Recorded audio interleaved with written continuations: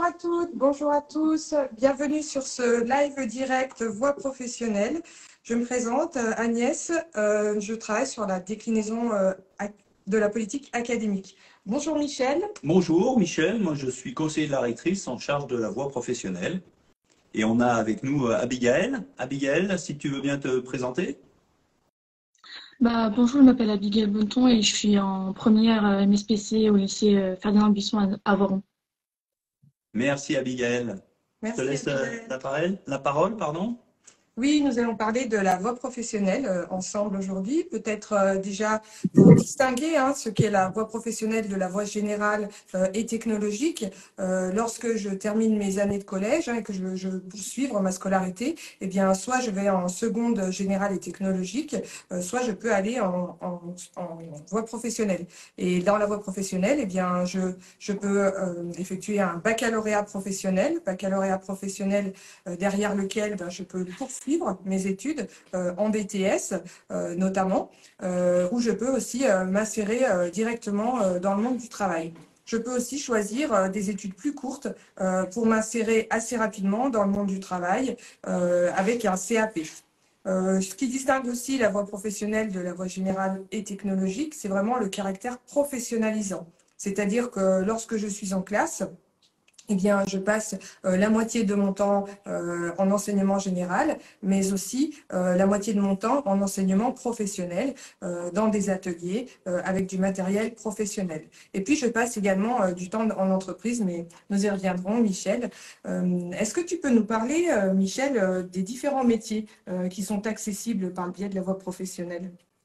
Oui, bien sûr. Alors nous avons beaucoup de formations.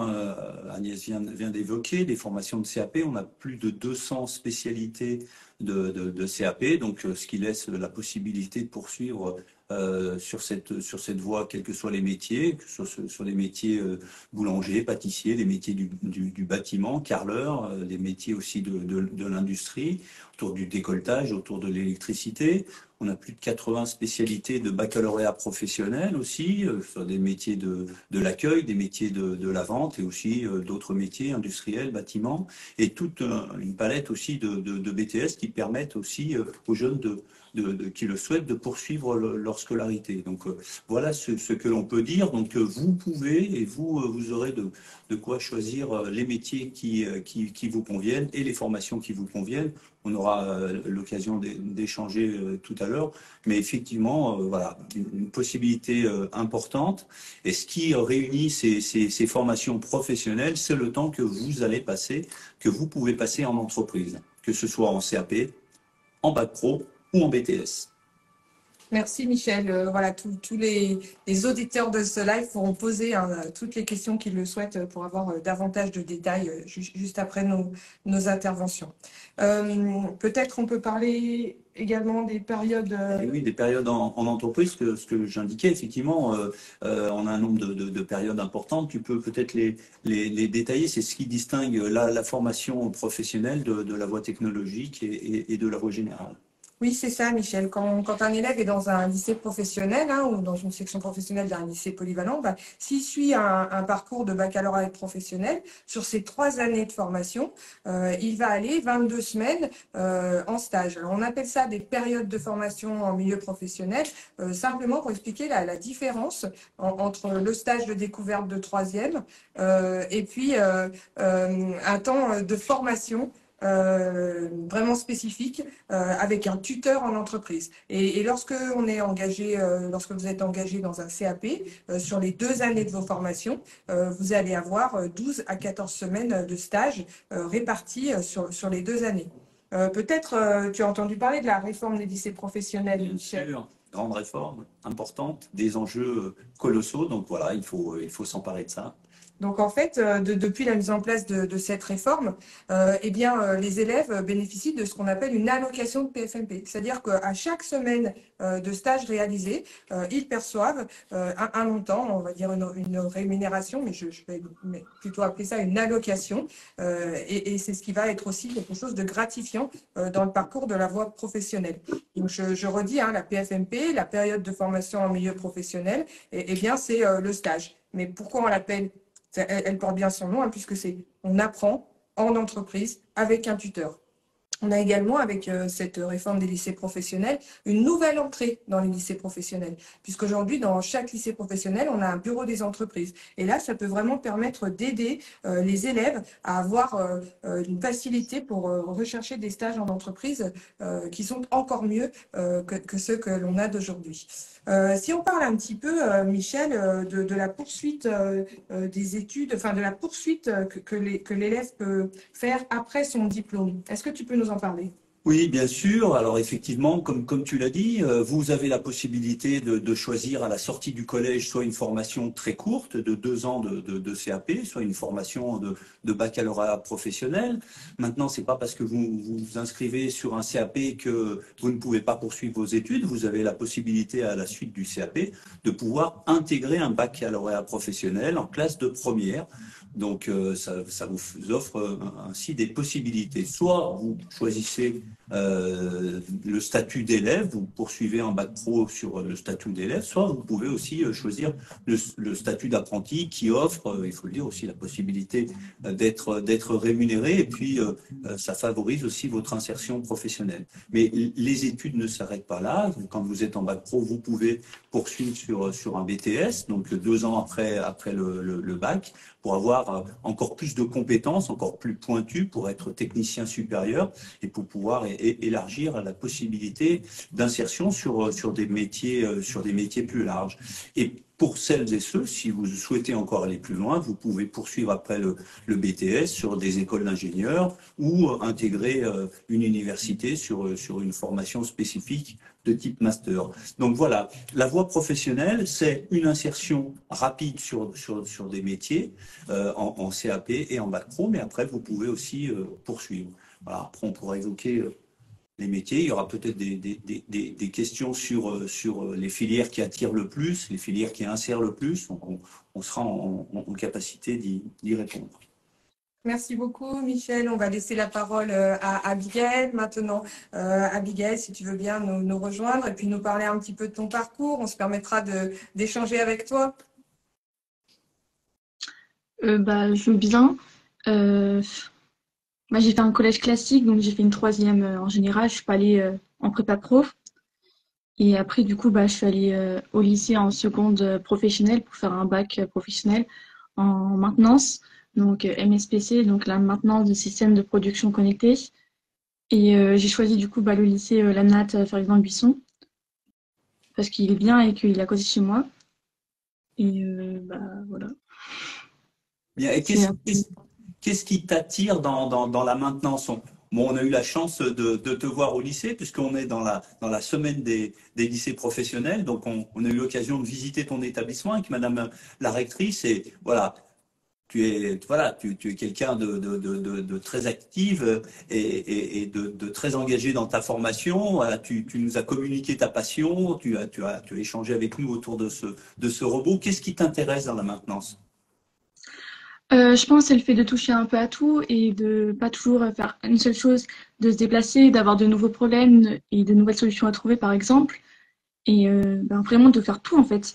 Donc, que ce soit, par exemple, avec les énergies, l'électricité, etc.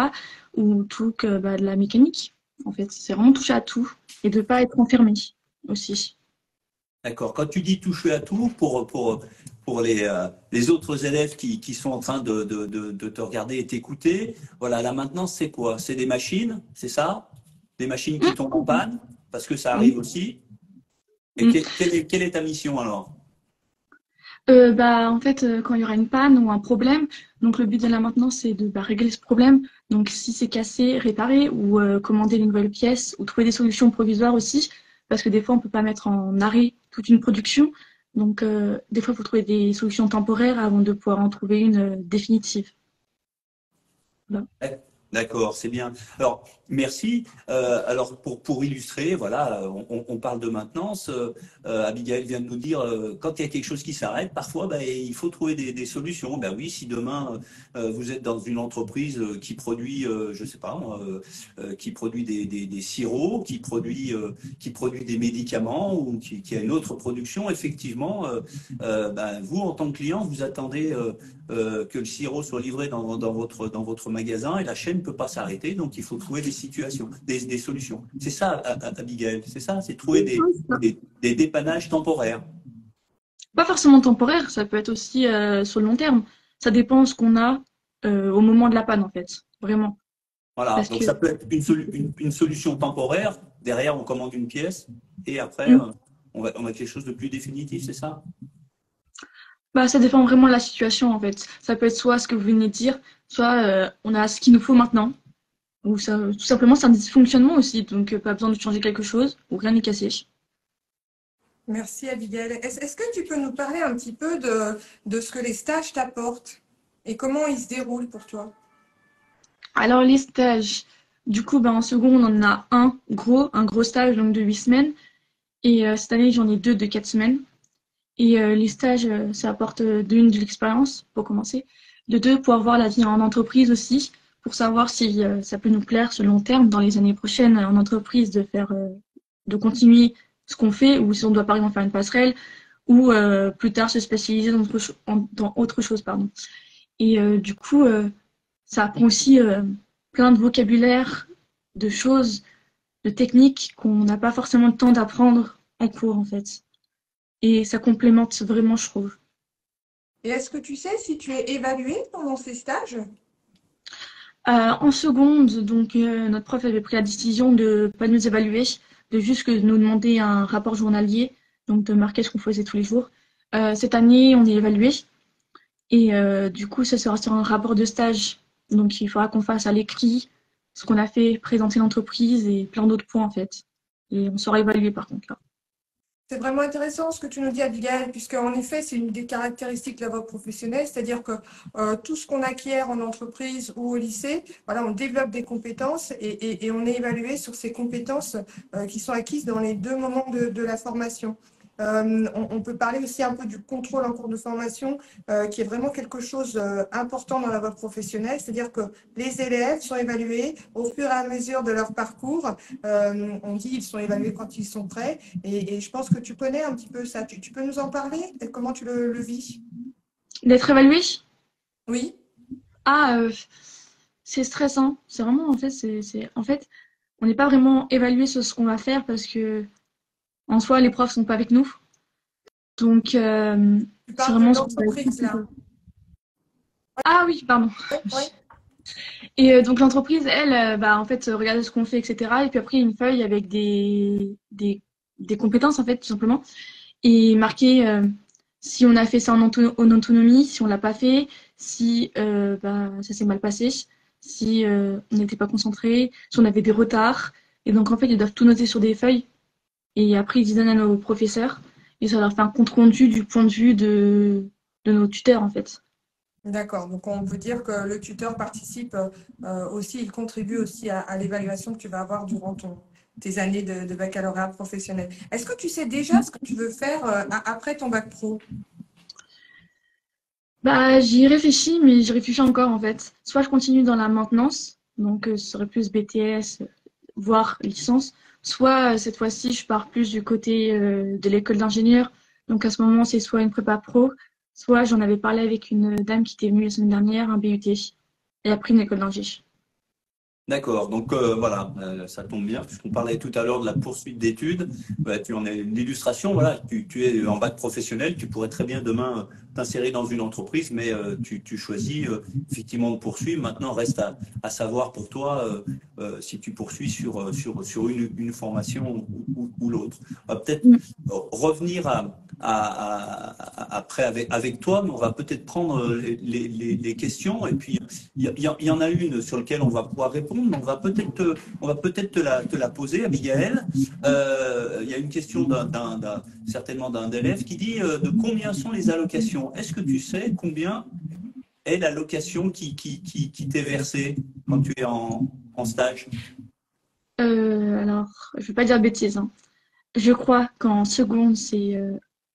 En seconde, j'ai un doute, mais je crois que c'est 200 en ce moment, je crois, je suis pas sûre. Et en tant que pro, je crois que là, en première, c'est 100, je veux vraiment pas dire de bêtises. Et en terminale, je crois que c'est à peu près plus autour des 800, je crois. J'ai pas Voilà, dit. tu parles d'un ensemble, Agnès va nous apporter des réponses par semaine. Je n'ai plus le montant exact, hein, mais Ouais. c'est plutôt de l'ordre de 75, 100 Oui, euros par semaine. Hein. On va retrouver je ces parlais des montants-là 8 hein, sur semaines. le Je parlais site. des 8 semaines cumulées. Oui, voilà. Ah, Donc, voilà, d'accord. on a 8 semaines, en fait. Et c'est pareil en première, en seconde. Donc, on a 8 semaines, nous. Donc, je comptais comme ça. Mais oui, c'est plus, D'accord, c'est on additionnait 75 les semaines. Donc, ouais, ouais, ouais. en première. Merci Abigail. On va prendre une deuxième question. C'est quoi la prépa pro? Donc, du coup, là, on parle plutôt de troisième prépa métier. Voilà. Hein, c'est une troisième qui se situe, qui permet aux élèves déjà de découvrir le monde professionnel pour réfléchir plus facilement à l'orientation vers la voie professionnelle. En fait, un élève peut entrer dans la voie professionnelle, et tu l'as dit, Abigail, soit par une troisième générale, hein, il peut aussi entrer par la troisième prépa métier. Voilà. Alors, est-ce que je peux aller en voie pro avant le lycée? En fait, on y a plus ou moins répondu ici. Hein. Quand on est au collège, on peut effectivement, après la classe de quatrième, intégrer une troisième prépa métier qui nous prépare à aller vers la voie pro en lycée. Donc, c'est une des possibilités. Pas mal de questions. Est-ce que si la seconde générale ne me plaît pas, je peux aller dans une filière pro? Oui. Alors, en fait, il existe ce que l'on appelle des passerelles.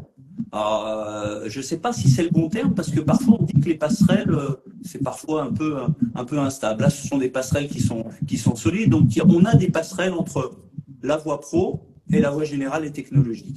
On a des élèves qui rentrent sur une seconde générale et technologique, qui s'aperçoivent que c'est pas forcément c'est pas forcément ce qui leur plaît le plus. Voilà, il faut travailler avec les enseignants, avec les psychologues, travailler avec l'établissement, avec l'ensemble des adultes, et voir ce qui t'intéresse. À partir de là, tu te renseignes auprès des lycées de secteur quelles sont les formations qui t'intéressent.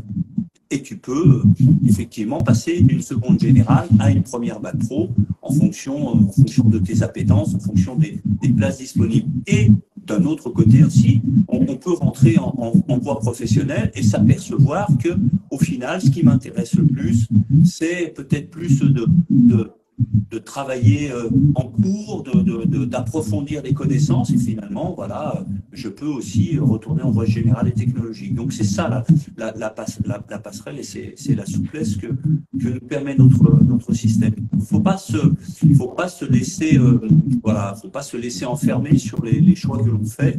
Et de toute façon, même si vous arrivez à terme de votre bac pro et qu'au final, alors là c'est pas le cas d'Abigail, mais qu'au final la maintenance, comme la formation que je suis avec elle, ne vous plaît pas, vous pouvez à la suite faire une autre formation. Vous passez sur un BTS, un BTS électrotechnique, ou vous passez sur un BTS du bâtiment.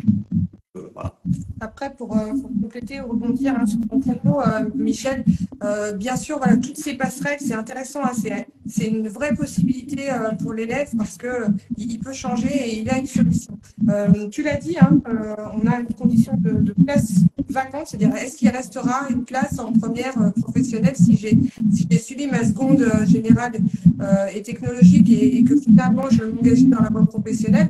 Oui, attention, il faudra aussi que les élèves qui sont en seconde professionnelle montent, eux, en première professionnelle. Donc, la place vacante, elle dépendra du nombre d'élèves qui ne sont pas montés pour diverses raisons. Donc, le choix, peut-être, il faut vraiment le réfléchir en troisième.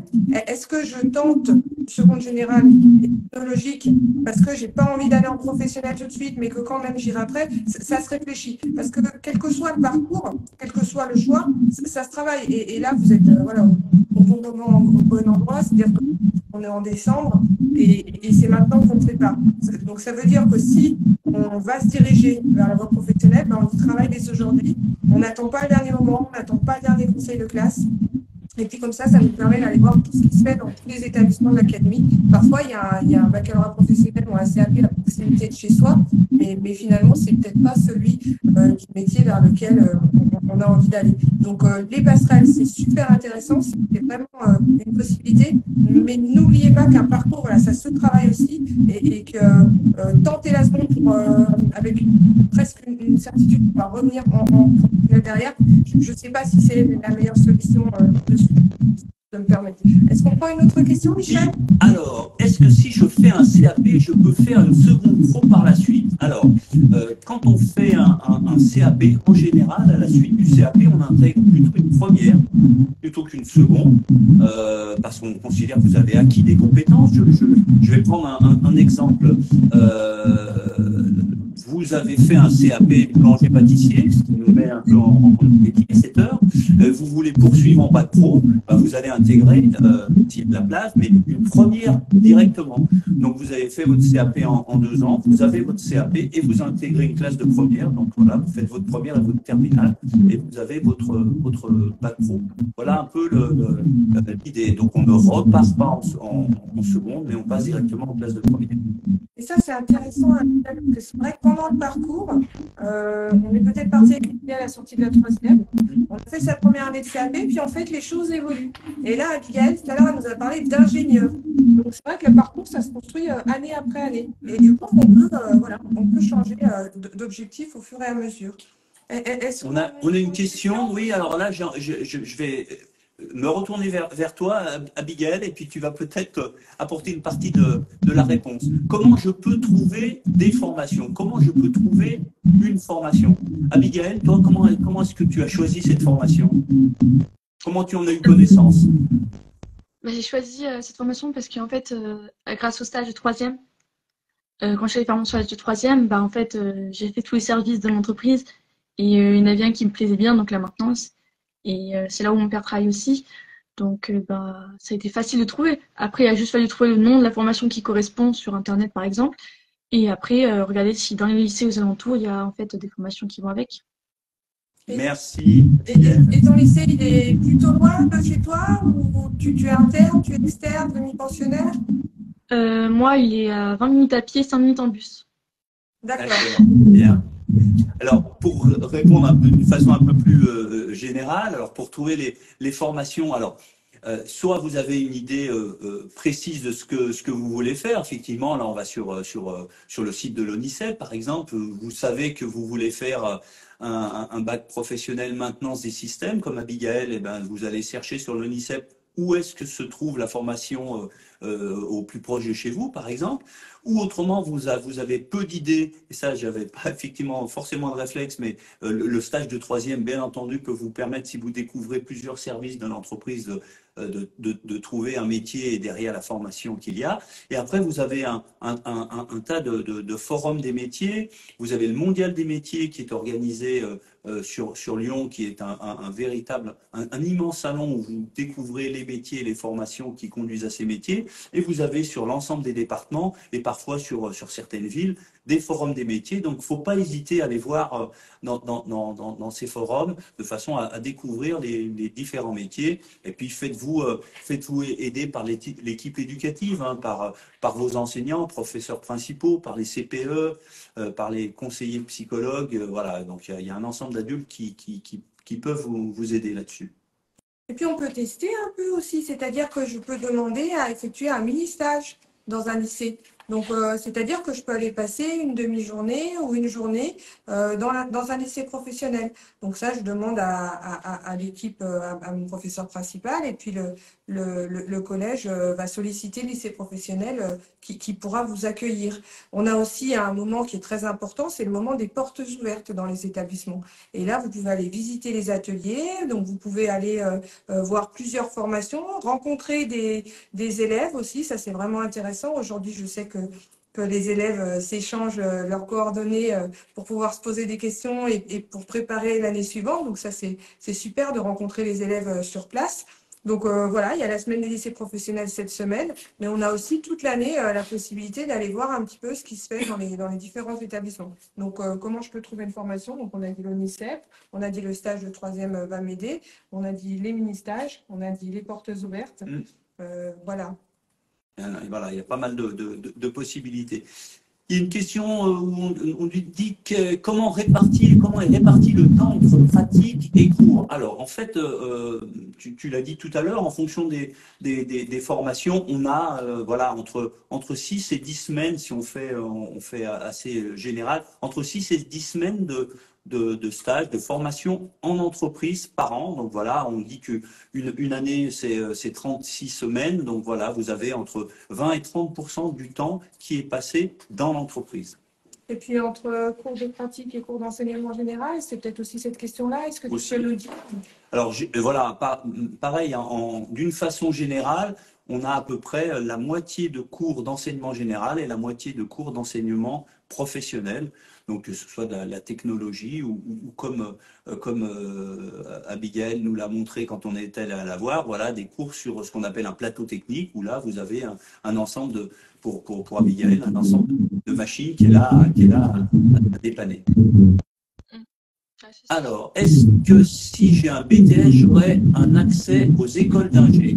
Alors, quand on a un BTS, voilà, l'accès aux écoles d'ingénieurs, c'est pas automatique, mais il y a des possibilités pour avoir accès à des écoles d'ingé. Hein. Il y a une place, faut pas hésiter à demander. Il y a beaucoup d'élèves qui sortent, d'étudiants qui sortent de BTS et qui intègrent des écoles d'ingé, soit directement, soit par des dispositifs qu'on appelle aussi passerelles.